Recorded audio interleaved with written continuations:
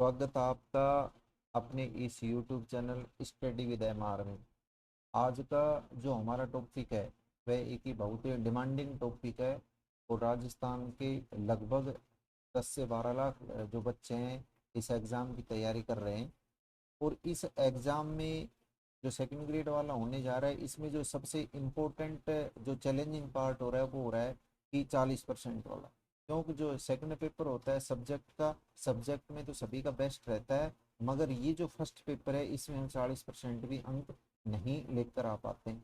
तो अब इसके लिए क्या किया जाए, तो इसकी अच्छी रणनीति क्या हो कि किस तरीके से इसको हम 40% ले, कौन से पार्ट को छोड़ा जाए और कौन से पार्ट को अच्छी तरीके से तैयार किया जाए। तो ये जो वीडियो हमारा इसमें कि 12 से 18 जुलाई की परीक्षा के लिए विशेष रणनीति विश्लेषण हम अब इसमें आगे आपके लिए करेंगे।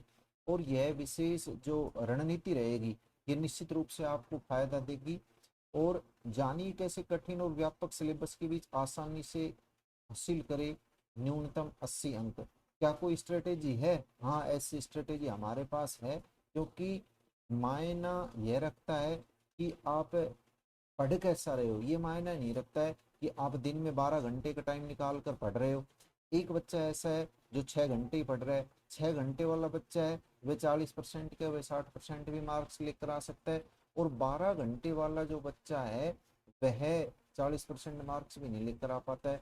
तो इसमें किया क्या जाए, तो इसमें सबसे एक तो इम्पोर्टेंट बात ये है कि अब जो ये लगभग 35 दिन का टाइम जो बच गया है, तो इस 35 दिन के टाइम में एक बेस्ट स्ट्रेटेजी क्या हो आपकी, अर्थात हम क्या पढ़ें, कैसे पढ़ें और कितना पढ़ें, ये किन किन चीजों को हम छोड़ दें, कौन कौन सी चीज स्किप करने लायक है, कौन कौन से टॉपिक छोड़ने लायक है। इन सभी बातों पर हमें डिटेल से अब सिलेबस के अनुसार टॉपिक वाइज हम इस पर चर्चा करेंगे, जो निश्चित रूप से आपको फायदा देगा। और वीडियो को लास्ट तक देखना, स्किप मत करना, निश्चित रूप से आपको बहुत ज्यादा इसमें एडवांटेज मिलेगा। तो इसी में देखिए कि जैसे ये राजस्थान, ये फर्स्ट पेपर का पूरा सिलेबस है कि किसमें कितने क्वेश्चन आएंगे और वो क्वेश्चन कितने मार्क्स हैं। सभी को पता है कि एक क्वेश्चन है वो 2 मार्क्स का है, तो 2 नंबर है, टोटल 100 क्वेश्चन आएंगे। अब 100 क्वेश्चनों में भी ये देखो कि किस किस के कितने कितने क्वेश्चन आते हैं। जैसे ये हम देखते हैं कि हिस्ट्री के, जहाँ तक बात है कि हिस्ट्री के कितने क्वेश्चन आते हैं, तो हिस्ट्री के आपके आते हैं लगभग 12 क्वेश्चन आते हैं। वैसे तो फिक्स नहीं है, एक दो क्वेश्चन आगे पीछे भी हो सकता है, लेकिन फिर भी एक मोटा मोटी आइडिया है हिस्ट्री के लगभग राजस्थान हिस्ट्री के 12 आएंगे। और उसके बाद जहाँ तक कल्चर की बात है, तो कल्चर के जो प्रश्न आएंगे वो आएंगे आपके 8 प्रश्न आएंगे। उसके बाद जो राजस्थान की ज्योग्राफी है, राजस्थान की ज्योग्राफी के क्वेश्चन आएंगे आपके लगभग 10 क्वेश्चन आएंगे। और उसके बाद आता है कि जिसे राजस्थान पब्लिक एडमिनिस्ट्रेशन कह दो, या राजस्थान की आप इसे पॉलिटी भी कह सकते हो, कि राजस्थान पॉलिटी के जो क्वेश्चन आएंगे वो आएंगे आपके लगभग 10 क्वेश्चन आएंगे। और उसके बाद आता है एक सबसे इम्पोर्टेंट और अहम पार्ट आता है करंट अफेयर। तो करंट अफेयर के ये 10 क्वेश्चन। तो इस तरीके से जब हम इन सारे क्वेश्चनों को लगाएंगे, तो ये क्वेश्चन आपके 12 और 8 20 10 30 10 40 लगभग कितने क्वेश्चन हो गए, 50 क्वेश्चन हो गए। अब जो बच्चा राजस्थान का है, जो राजस्थान की भर्ती परीक्षाओं की तैयारी कर रहा है, तो उसके लिए तो यहाँ का सफर आसान होता है। लेकिन जो बच्चे राजस्थान के बाहर के हैं, तो उनका हो सकता है राजस्थान का जो हिस्ट्री कल्चर ज्योग्राफी है वो थोड़ा कमजोर मिलेगा। तो उसका भी हम एक तरीका बताएंगे कि इसको किस किस तरीके से आपको तैयार करना है। उसके बाद बात आती है कि भारत एवं सामान्य विज्ञान की। तो इसमें ध्यान रखे, इसमें कितने प्रश्न आएंगे, इसमें 30 प्रश्न आएंगे। तो ये 30 प्रश्नों का भी डिवाइडेशन है कि इसमें भी ध्यान रखना कि जो वर्ल्ड ज्योग्राफी है आपकी, वर्ल्ड ज्योग्राफी है, वर्ल्ड ज्योग्राफी के 5 क्वेश्चन आएंगे। और उसके बाद है आपकी इंडिया ज्योग्राफी है, इंडिया ज्योग्राफी के भी 5 क्वेश्चन आएंगे। और उसके बाद एक पार्ट बचता है इंडिया इकोनॉमी, इंडिया इकोनॉमी के 5 क्वेश्चन आएंगे। तो इस तरीके से, और एक बच गया आपकी इंडिया पॉलिटी। इंडिया पॉलिटी की जहां तक बात आती है, इंडिया पॉलिटी का आपके 15 क्वेश्चन आएंगे। तो टोटल जो क्वेश्चन हो 15 20 और 10 30 क्वेश्चन होंगे। ये 30 क्वेश्चन हमने इसमें दिखाए भी हैं, ठीक है। और उसके बाद एक बच गया कि साइकोलॉजी के 20 क्वेश्चन। तो ये इस तरीके से इसका जो प्रश्नों का डिवाइडेशन हुआ है, तो इसमें जो सबसे बड़ा जो वेटेज है वो है आपके 50 अंकों का, किसका है, राजस्थान इसका जीके का है। अब इसमें हम करें क्या, सभी के लिए रहता है कि इसमें तो सभी के लिए चैलेंजिंग हो रहा है, 40% मार्क्स नहीं आ पाते या 40 क्वेश्चन ही सही नहीं हो पाते। तो इसके लिए मैं आपको एक बहुत ही अच्छी सलाह ये दे रहा हूँ कि ये जो पार्ट है, राजस्थान का जो पार्ट है, जो 50 क्वेश्चनों का जो पार्ट है, इस पार्ट को आप अच्छी तरीके से तैयारी करो, क्योंकि अभी तो आपके पास 35 दिन का समय है, और रोजाना यदि आप इसको 5 घंटे का समय भी देते हो, तब भी यह पार्ट यदि आपका कमजोर चल रहा है, तब भी ये पार्ट आपका अच्छा हो सकता है। अब बात ये आती है कि इस पार्ट के लिए करें क्या। ये तो सभी बता रहे हैं कि आप इस पार्ट को मजबूत करो, इसको मजबूत करो, लेकिन इसके लिए करें क्या।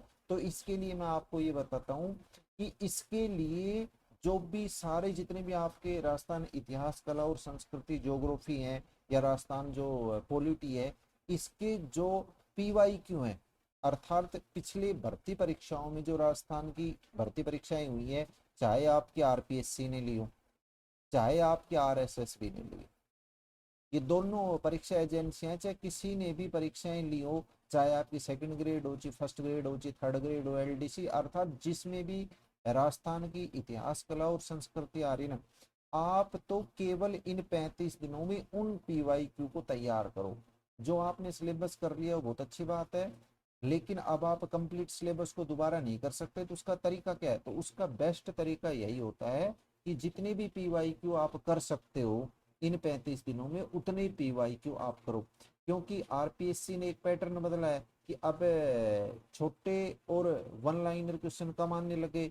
तो लेकिन फिर भी मैं आपको ये सलाह दे रहा हूँ कि चाहे RPSC ने कितना भी पैटर्न चेंज कर लिया हो, लेकिन फिर भी 50% जो क्वेश्चन है वह PYQ में से ही आ रहे हैं। 50% जो क्वेश्चन है उनका पैटर्न चेंज हो रहा है, वो कथन और कारण के प्रश्न आ रहे हैं। लेकिन हमें तो यदि हमने इसमें से 40, ये जो 50 प्रश्न है, 50 में से यदि हम 50% प्रश्न भी कर पाते हैं, तो भी हम इसके 25% तो कर ही पाते हैं। यहाँ यदि हमने 25% इसके कर दिए तो कोई दिक्कत नहीं है। और उसका इलाज क्या है, उसका इलाज यही है, उसका उपाय यही है कि हम जितने भी PYQ है राजस्थान की, जो भी भर्ती परीक्षा, उन सारे PYQ को हम करें। और वो उससे हमें क्या होगा कि पूरा सिलेबस भी तैयार हो जाएगा हमारा, और एक ये फायदा होगा कि उसमें लगभग हम 25-30 क्वेश्चन कर भी पाएंगे। उसके बाद जो अगला टॉपिक आता है वह आता है कि ये शिक्षा मनोविज्ञान। अब शिक्षा मनोविज्ञान में कैसे करें, क्योंकि शिक्षा मनोविज्ञान में 20 हो नहीं पाते हैं। तो इसके लिए भी क्या करें, तो इसके लिए भी मैं आपको यही सलाह दूंगा कि इसके लिए भी एक बेस्ट तरीका यही होगा कि इसके लिए भी हम PYQ ही तैयार करें। इसमें PYQ कैसे तैयार करें कि जो भी रीट हुई है, या जो भी थर्ड ग्रेड हुई है, सेकंड ग्रेड हुई है, या फर्स्ट ग्रेड हुई है, जिसमें भी आपके जो साइकोलॉजी के टॉपिक टच करें, उन सारे साइकोलॉजी के टॉपिकों को आप तैयार करो। और उस यदि आप उसको तैयार करते हो, निश्चित रूप से आपके वहाँ 12 से 15 क्वेश्चन वहाँ आसानी से हो सकते हैं। तो यहाँ यदि आपके 13 क्वेश्चन भी होते हैं, इसमें 20 में से मान लो 70% क्वेश्चन भी करते हो, तब भी आपके 25 और 13 यहाँ 38 हो गए। उसके बाद जो सबसे बड़ी प्रॉब्लम आती है वो यहाँ आती है सारे बच्चों को, क्योंकि इसमें जो वर्ल्ड ज्योग्राफी आती है, इंडिया ज्योग्राफी आती है, तो ये इतने ज्यादा अच्छे तैयार भी नहीं हो पाते। जो SST के बच्चे होते हैं, जो SST के बच्चे होते हैं, तो उनको तो प्रॉब्लम नहीं आती है। लेकिन इस ये जो पार्ट है, इस पार्ट में जो मैथ के और जो साइंस के बच्चे होते हैं, मैथ और साइंस के बच्चों को प्रॉब्लम आती है, तो वो बच्चे क्या करें, तो वो बच्चे जहां तक ये जो भारत के और वर्ल्ड के जो टॉपिक लगा रखे हैं उनमें उनमें आप मोटा मोटी प्रश्न उसके तैयार कर लो। अब उसमें से ऐसा हो जाएगा आपको 5 में से 2 या 3 उसमें प्रश्न सही हो जाए प्रत्येक टॉपिक में, तब भी आपका काम चल जाएगा। तो मैथ और साइंस वाले बच्चों के लिए देख यही सलाह रहेगी कि एक तो आप ये टॉपिक अच्छे तरीके से तैयार करो, अब उसमें 13 से 14 प्रश्न आपके सही हो जाए, और एक दूसरा ये टॉपिक तैयार करो। उसके बाद जो ये जो टॉपिक है भारत एवं विश्व वाला, इसमें आप इसके मोटे मोटे प्रश्न देख लो कि कोई प्रश्न हो सकता है, कोई प्रश्न आपके टच में आ जाए और वह प्रश्न आपका सही हो जाए। उसके बाद आता है कि राजस्थान समसामयिकी। अब सभी बच्चों का एक यही इसमें प्रश्न रहता है कि आखिर समसामयिकी पूछी किससे जाएगी, कहाँ से पूछी जाएगी, कितने महीनों में पूछी जाएगी। तो एक तो इसमें सभी बच्चे ये बात ध्यान रखें कि इसमें जो टॉपिक आएगा ना आपका, इसमें जो टॉपिक आएगा वो आपका आएगा कि राजस्थान जीके आएगी कंप्लीट। इसमें भारत की जीके के कोई प्रश्न याद नहीं करने, किसी बच्चे को नहीं करने कि अभी आप किसी और कोचिंगों के चक्करों में आ जाओ और वो कहते इस तरीके से याद करो, नहीं, इस तरीके से आपको याद नहीं करना है। आपको केवल राजस्थान जीके तैयार नहीं। अब राजस्थान जीके में तैयार कैसे करें? राजस्थान जीके में ये ध्यान रखना कि यदि कोई राजस्थान का कैंडिडेट है और उसने भारत के, इंडिया के लेवल पर कोई अच्छी किसी भी एरिया में अच्छा परफॉर्म किया है, तो वह जो प्रश्न है वह है तो इंडिया जीके का, लेकिन वह राजस्थान जीके का भी, तो उन प्रश्नों पर विशेष रूप से टच करें। और ये ध्यान रखना जो राजस्थान की जो समसामयिकी की बात आती है ना, तो वहां आप इसमें आपके इसके खेल के प्रश्न जरूर तैयार करने, क्योंकि लगभग आरपीएससी 2 से 3 प्रश्न खेल के जरूर पूछती है। तो इसमें ये जो टॉपिक है, ये टॉपिक मैथ साइंस वाले बच्चे हो चाहे आर्ट्स के बच्चे हो, कोई भी हो, इसको आप अच्छी तरीके से तैयार कर सकते हो। तो यदि आप इसको अच्छी तरीके से तैयार कर लेते हो तो 7 से 8 प्रश्न इसमें आसानी से कर सकते हो। यदि आपने 7 प्रश्न इसमें कर लिए, ठीक है, और मैं तो ये जो 30 प्रश्न है इसमें तो मैं ये कहता हूँ 33% भी यदि आप कर पाते हो, इसमें आप 5 प्रश्न भी कर पाते हो, 33 भी नहीं कर पाते, 5 प्रश्न भी कर पाते हो, तब भी आप देखते हो 25 और 13 38 होते हैं, 38 और 5 43 और 7 50, अर्थात 50 प्रश्न। यदि आप हमारी रणनीति से चलते हो तो 50 प्रश्न की तो इसमें गारंटी है।